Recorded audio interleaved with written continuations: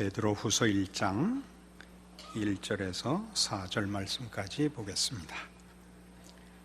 신약성경 383페이지 베드로후서 1장입니다. 예수 그리스도의 종이며 사도인 시몬 베드로는 우리 하나님과 구주 예수 그리스도의 의를 힘입어 동일하게 보배로운 믿음을 우리와 함께 받은 자들에게 편지하노니, 하나님과 우리 주 예수를 알므로 은혜와 평강이 너희에게 더욱 많을지어다. 그의 신기한 능력으로 생명과 경건에 속한 모든 것을 우리에게 주셨으니, 이는 자기의 영광과 덕으로서 우리를 부르신 이를 알므로 말미암음이라. 이로써 그 보배롭고 지극히 큰 약속을 우리에게 주사, 이 약속으로 말미암아 너희가 정욕 때문에 세상에서 썩어질 것을 피하여 신성한 성품에 참여하는 자가 되게 하려 하셨느니라. 베드로 전설을 할 때는 그 전체적인 분위기가 외적 핍박과 어려움 안에서 어떻게 신앙을 지켜나갈 것인가 하는 문제를 다루었습니다. 모든 신자들은 이 세상에서는 나그네요 이방인이며 고난을 받는 것이 당연하다, 잘 인내해야 된다 하는 것이 베드로 전서였다면, 베드로 후서에서는 이제 좀 분위기가 바뀐 듯하게 긍정적으로 신앙생활이 구체적으로 어떤 것이냐 하는 문제로 이제 초점을 모읍니다. 베드로 전서나 후서나 일관된 사실은 내용이죠. 세상과 타협할 수 없는 우리만이 가지고 있는 하나님에 대한 지식, 믿음들을 지켜내야 하는 것을 말하고 있습니다. 그래서 이런 중심 주제들은 베드로 후서에, 예를 들면 10절 보시면 1장 10절, 그러므로 형제들아 더욱 힘써 너희 부르심과 택하심을 굳게 하라. 너희가 이것을 행한즉 언제든지 실족하지 아니하리라. 이같이 하면 우리 주 곧 구주 예수 그리스도의 영원한 나라에 들어감을 넉넉히 너희에게 주시리라. 그러니까 우리의 믿음, 그 구체적인 내용을 자꾸 강조하고 있습니다. 2장 1절에 가면, 그러나 백성 가운데 또한 거짓 선지자들이 일어났었나니 이와 같이 너희 중에도 거짓 선생들이 있으리라. 이런 내용들은 전부 다 우리가 지켜야 할 기독교 신앙의 진정한 진리를 붙잡는 것, 그리고 거기에 대한 유혹과 시험이 있을 것이라 라는 경계로 이어지고 있습니다. 3장에 가시면 3장 1절에 사랑하는 자들아 내가 이제 이 둘째 편지를 너희에게 쓰노니 이 두 편지로 너희의 진실한 마음을 일깨워 생각나게 하여 곧 거룩한 선지자들이 예언한 말씀과 주 되신 구주께서 너희의 사도들로 말미암아 명하신 것을 기억하게 하려 하노라 해서 신앙생활의 진정한 내용을 다시 한번 확인하며 격려하며 지키게 하는데 이 베드로 후서의 목적이 있다, 이렇게 가르치고 있습니다. 그것은 구체적으로 이제 오늘 3절과 4절, 베드로 후서 1장 3절과 4절을 보시면, 그의 신기한 능력으로 생명과 경건에 속한 모든 것을 우리에게 주셨다라고 얘기합니다. 생명과 경건에 속한 것, 그리고 이는 자기의 영광과 더불어서 우리를 부르신 이를 알므로 말미암음이라. 이로써 그 보배롭고 지극히 큰 약속을 우리에게 주사, 이 약속으로 말미암아 너희가 정욕 때문에 세상에서 썩어질 것을 피하여 신성한 성품에 참여하는 자가 되게 하려 하셨느니라. 신의 성품에 참여하는 자로 부름을 받는 것, 그래서 그거는 생명과 경건에 속한 것, 이렇게 우리가 지켜야 할 세상과 다른 기독교 신앙의 내용을 소개하고 있습니다. 여기에 나오는 신에 속한 신의 성품으로의 초대, 또 신기한 능력으로 주신 생명과 경건에 속한 것들은 다 모든 하나님께서 구원하시고 그의 백성으로 부른 자들에게 목적하시고 약속하신 것들이라, 이렇게 이해해야 합니다. 그건 무슨 얘기냐 하면, 구원을 받았다고 해서 이 모든 문제가 일순간에 단번에 해결되었고 이 편지를 받는 자들이 이 문제의 완전한 자들이라 라는 가르침을 주고 있는 것이 아니라 이 목적과 이 약속으로 부름을 받았다를 소개하고 있습니다. 그래서 실제로 기독교 신앙은 여러 가지 형태의 신자된 증거들과 신자된 책임들을 나타내는 구체적인 방도들이 있지만 진정한 실체가 되는 신앙의 내용은 각 인격과 영혼이 이 여기서 소개한 대로 생명과 경건에 속하는 것입니다. 우리가 신자로서의 여러 가지 책임이 있습니다. 윤리적 책임, 도덕적 책임, 종교적 책임이 있죠. 우리는 우리가 믿는 바를 그 도를 전해야 하는 전도의 사명이 신자라면 누구에게나 당연한 임무가 되며 신자로서 세상과 다른 도덕적 수준을 추구하며 그 일에 자신을 늘 채찍질해야 된다는 현실적인 책임을 져야 합니다. 그럼에도 불구하고 그 모든 것들은 밖으로 보여지는 그것이 우리의 본질된 내용의 증거로서, 그래서 무엇을 하든지 그것이 각 개인이 신의 성품으로 부름받은 그 약속에 준하여 행동하며 그 됨됨이로부터 표출되는 것으로서 그 책임을 수행하는 것입니다. 그러니까 여기 식으로 얘기하면 4절 다시 보시죠. 이로써 그 보배롭고 지극히 큰 약속을 우리에게 주사 이 약속으로 말미암아 너희가 정욕 때문에 세상에서 썩어질 것을 피하여 신성한 성품에 참여하는 자가 되게 하려 하셨느니라입니다. 그러니까 신의 성품에 참여하는 것은 대표적으로 썩어질 정욕과 대비되고 있습니다. 여기서 말하는 정욕은 도덕적인 문제가 아니고 영적인 문제입니다. 영적인 문제라는 것은 세속성을 의미하는 표현으로서 정욕입니다. 세속성이라는 건 뭐냐면 인간이 자기가 주인이 되는 것, 또는 다른 식으로 해서 물질이 모든 것이 되는 것입니다. 그것이 세속성이죠. 거기서부터 모든 거짓과 기만과 부패와 부끄러운 것들이 결과되는 것입니다. 그러니까 우리가 정욕이라고 하면 육체적인 욕심으로만 한정하는 폐단이 있습니다. 그런 비교가 아니고 하나님 외에 다른 것을 궁극적인 목표나 힘으로 가지는 모든 것이 정욕입니다. 거기로부터 어디로 온다고요? 신의 성품에 참여하는 것으로 옵니다. 이 싸움의 중요성은 이렇습니다.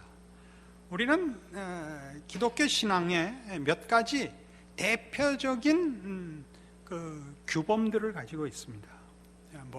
그 사회와 시대의 산물이기도 하고 교회사 내내 있는 규범이기도 하고 그렇습니다. 교회사 내내 있는 규범이라면 예수 믿는 자들은 말하자면 기도를 열심히 한다, 성경을 열심히 본다, 이런 것들이 교회사 내내 일관되게 이어져 오는 신자된 규범이겠죠. 그 시대마다 조금 또 다른 것들이 강조되어서 전도를 한다, 또는 구제를 한다 하는 것들도 그 시대적인 상황에 따라 이 기독교인들이 가지는 하나님의 성품에 부름받은 자의 반응이 그 시대의 필요성, 사회의 필요성에 답하는 것으로 나타나기도 합니다. 그러나 여기에서 이제 어려운 점은 그것이 일로서 책임이 제한된다는 사실입니다. 일로서 제한된다는 건 무슨 뜻이냐면 성과를 이루기에 급급하여 능력과 효율성에 빠지고 그것이 그 일을 행하는 자의 인격과 성품을 변화시키는데 도움이 되지 않는 것을 말합니다.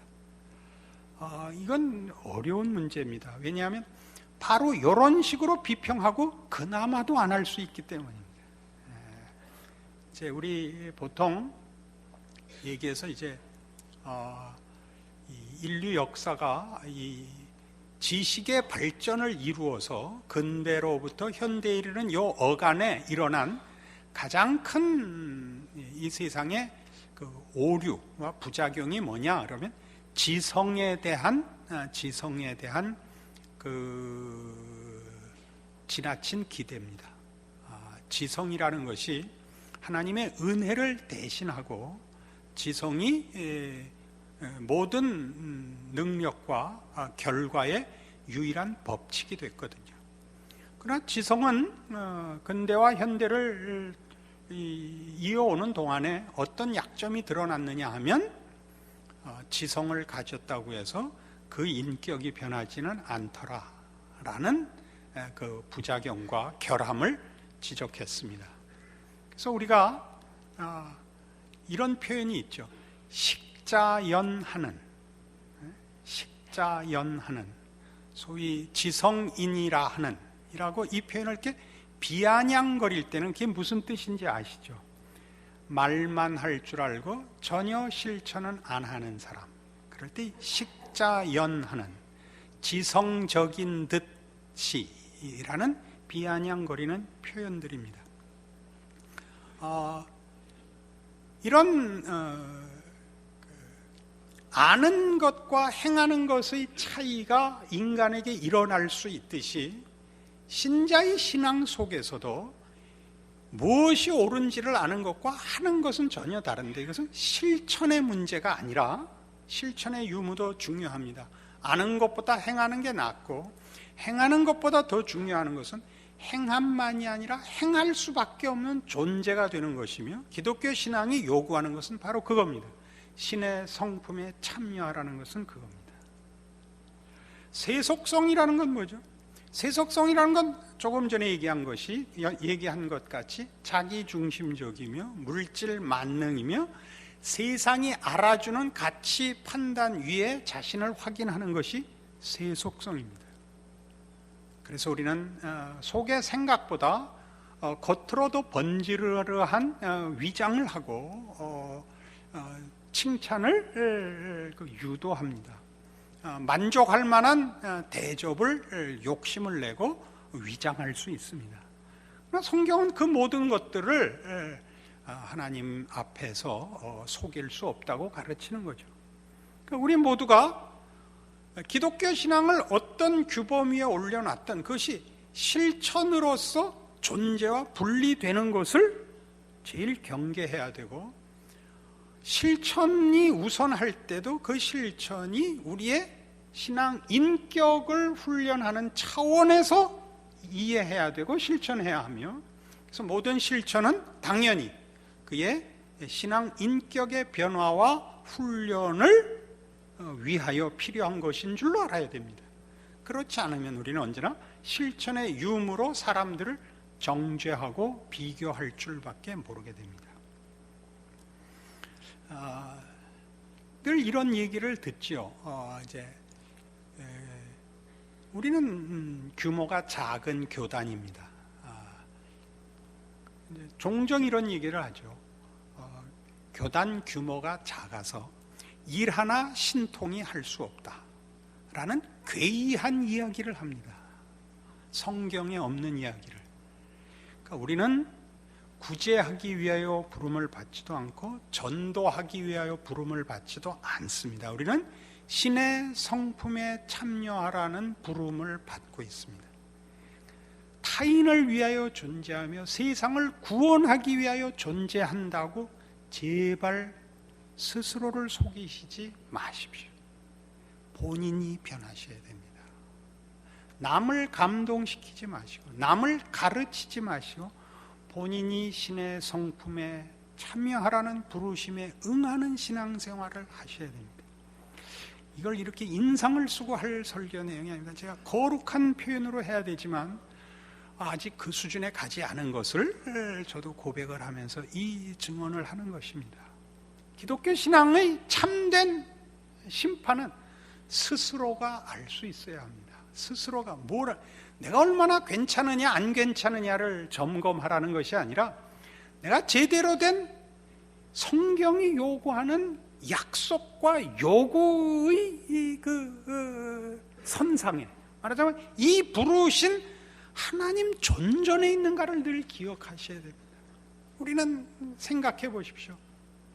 감동했다, 나는 이제 깨달았다는 모든 말들은 뭘 위해 쓰는가요? 우리가 늘 듣듯이 타인을 조종하기 위하여 쓰지 자신에게 적용하려고 쓰는 사람은 드뭅니다. 모든 감동과 감격과 지성은 타인을 위해서만 있고 자신을 위해서 있지 않습니다. 우리는 자기를 위해서는 한탄만 하고 회개만 합니다.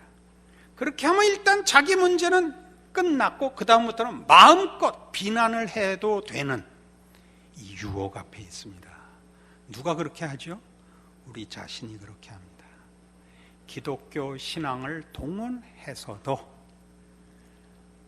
자신을 증명하고 타인을 억누르는 죄의 본성을 벗어나는 건 이렇게 어렵습니다.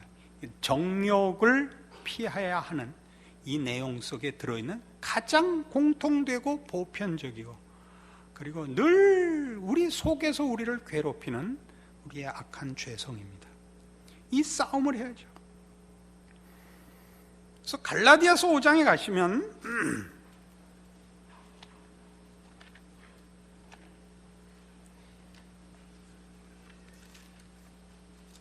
우리 잘 아는 갈라디아서 5장 22절에 성령의 열매가 등장합니다. 오직 성령의 열매는 사랑과 희락과 화평과 오래 참음과 자비와 양선과 충성과 온유와 절제니 이 같은 것을 금지할 법이 없느니라 한 다음에 그리스도 예수의 사람들은 육체와 함께 그 정욕과 탐심을 십자가에 못 박았느니라.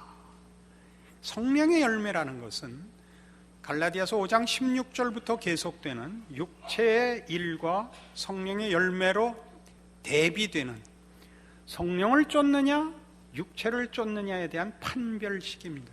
성령의 열매를 맺자라는 권면이 아니라 성령을 쫓아라죠. 성령을 쫓으면 이런 열매가 맺힌다입니다. 그러면서 뭐라고 얘기해요? 지금 24절에 있는 바와 같이 그리스도 예수의 사람들은 육체와 함께 그 정욕과 탐심을 십자가에 못 박았느니라입니다. 우리 쉽게 이렇게 얘기하곤 합니다. 술이나 처먹고 말이야 매일 담배나 피우고 이게 정욕이 아닙니다. 그거 술이나 처먹고 이게 정욕입니다. 이게 정욕이에요. 이게